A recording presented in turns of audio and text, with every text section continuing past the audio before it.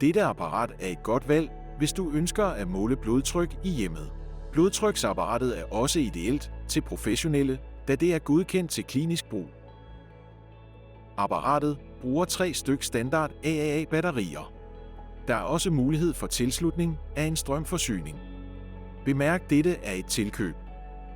Fordelen ved Sigul DBP 6179 er blandt andet det store display. På displayet kan resultaterne let og tydeligt aflæses.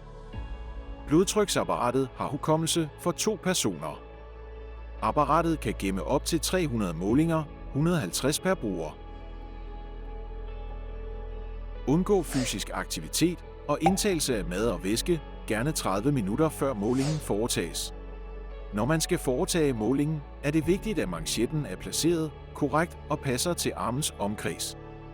Manchetten skal være påsat, så der er 2 cm fra albuebøjning. Der skal også kunne komme 2 fingre under manchetten.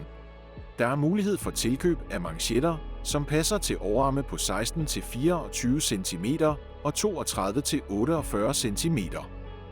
Man skal under målingen sidde stille med god støtte, og begge fødder skal placeres på gulvet.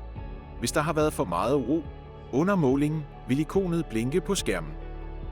Er manchetten ikke påsat optimalt, vil ikonet på skærmen blinke i displayet. Lyser skærmen grøn efter en måling, er du inde for de normale blodtryksværdier. Lyser skærmen derimod gul eller rød, er dit blodtryk i den høje ende. Skulle IHB-ikonet lyse, har apparatet konstateret, at du har en uregelmæssig hjerterytme. Hvis det gentager sig over flere dage, bedes du kontakte en læge. Med dette apparat er du sikret korrekte blodtryksmålinger.